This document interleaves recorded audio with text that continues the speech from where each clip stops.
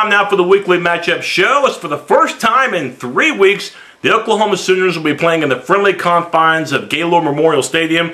It'll be the Sooners and the Texas Tech Red Raiders. As for the second straight year, OU gets to host Texas Tech. Game will be October 22nd for a Saturday night kickoff at 7, and the game can be seen by most of the country on ABC. OU, as you might expect, a heavy favorite to defeat Texas Tech. Before I talk a little bit about this matchup, a couple of reminders. Reminder 1, the kickoff time has been set for the October 29th game between Oklahoma and Kansas State from Manhattan.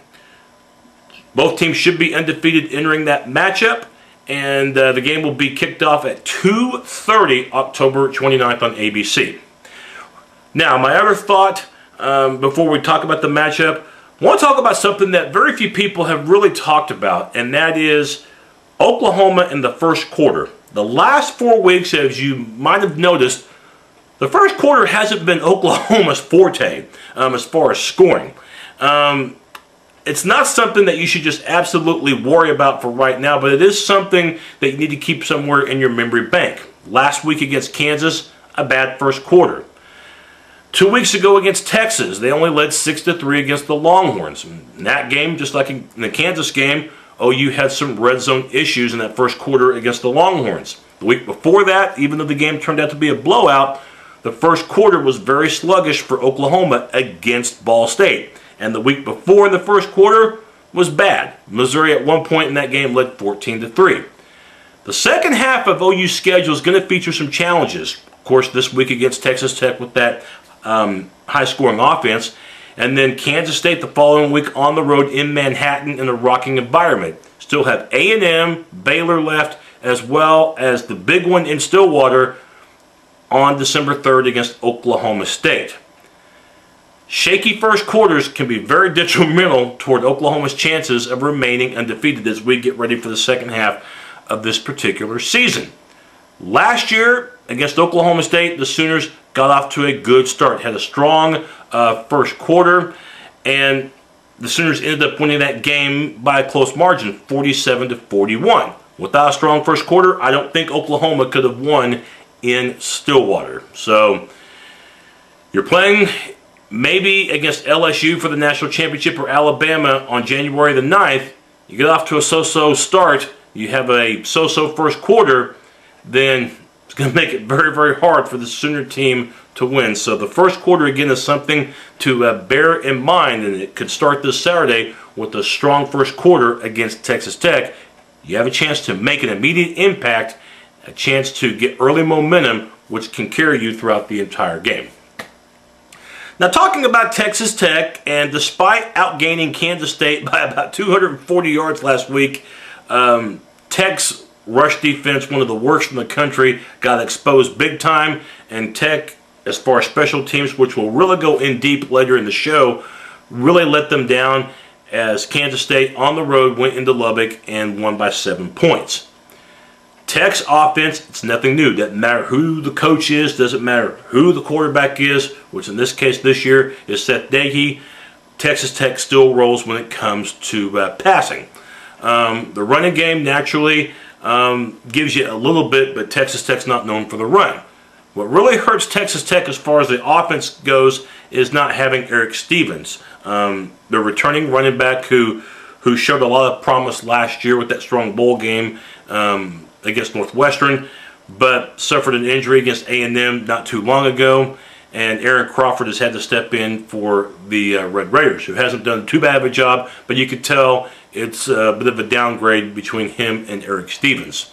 The receiving core, Alex Torres, the last couple of weeks has really stepped up for Texas Tech. Had 20 catches combined over the last 2 weeks. He didn't have that many catches the first 4 weeks combined, so he's starting to get it going. Remember, he hurt Oklahoma big time 2 years ago in that Tech win back in 2009 in Lubbock against the Sooners.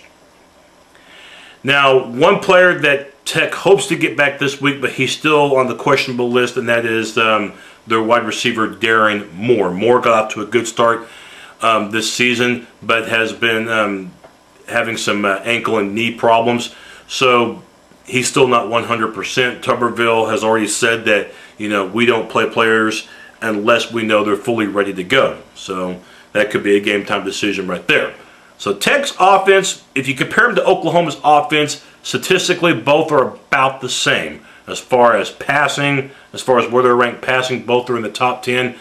Both are also in the top 10 in total offense, and both the upper half of the pack when it comes to running offense. Passing defense, Tech actually ranks better. Tech's defense, as far as the pass, has improved thanks to the 4-2-5, having that extra defensive back under defensive coordinator and my former high school football teammate in the late 80s, Chad Glasgow. But the rush defense for Texas Tech is a big reason why they've been losing the last couple of weeks. 14th worst team in the country when it comes to defending the run, and last week they gave up over almost 200 yards on the ground against K-State, including giving up over 130 yards on the ground to K-State quarterback Colin Klein. So the rush defense, and I think this is going to be key number one for Oklahoma right off the bat, run, run, run. Dominic Whaley, as well as Roy Finch. Finch had his best game last week. Even though he got nicked up in that game, but he should be fine for this week. I think the ground game for Oklahoma, big time opportunity to really dictate the tempo, especially early on against the Red Raiders. I think key number two to this ball game is getting to the grill of Seth Doege, a quarterback. A lot of ways does remind me of Landry Jones. Both accurate, both put up a lot of big numbers, both run basically almost the same type of offense. They definitely run the same offense as far as the up-tempo. Both offenses run a lot of plays. So for the Sooner defense, at least they're going against a type of offense that's not going to be too unfamiliar as far as tempo and as far as style goes. So you can get to the grill of Doege. You can make things happen, and that can happen because last week against Kansas State, Tech, despite outgaining K-State big time, lost that game in my opinion because K-State didn't turn the ball over at all, and Texas Tech turned it over 4 times. So the turnover game, that's something that really hurt Texas Tech last week. We'll see if Oklahoma can add to Texas Tech's misery in that capacity. I think key number 3, continue to work on the red zone if you're Oklahoma, which we've already documented this before. They struggled against Kansas State, happened to settle for field goals on 4 different trips to the red zone, 3 of those inside the 10-yard line. See if Oklahoma can get that corrected. And then key number 4, advantage special teams for the Sooners. This is an area where Texas Tech has been bad in the last couple of weeks against Tech and K-State. They've had 3 field goals blocked against A&M. A field goal got blocked in return for a touchdown. And last week against K-State, the Wildcats returned a kickoff 100 yards for a score. So special teams right now you'd have to say is an F for the Red Raiders. This is when the Sooners can take full advantage in this area. As if things weren't bad enough for the Red Raiders, it doesn't look like kick returner Bim McCray is going to play at all. He's had some injury issues too. So that just adds more salt to the wound if you're a Red Raider fan. So I think that's going to be another key.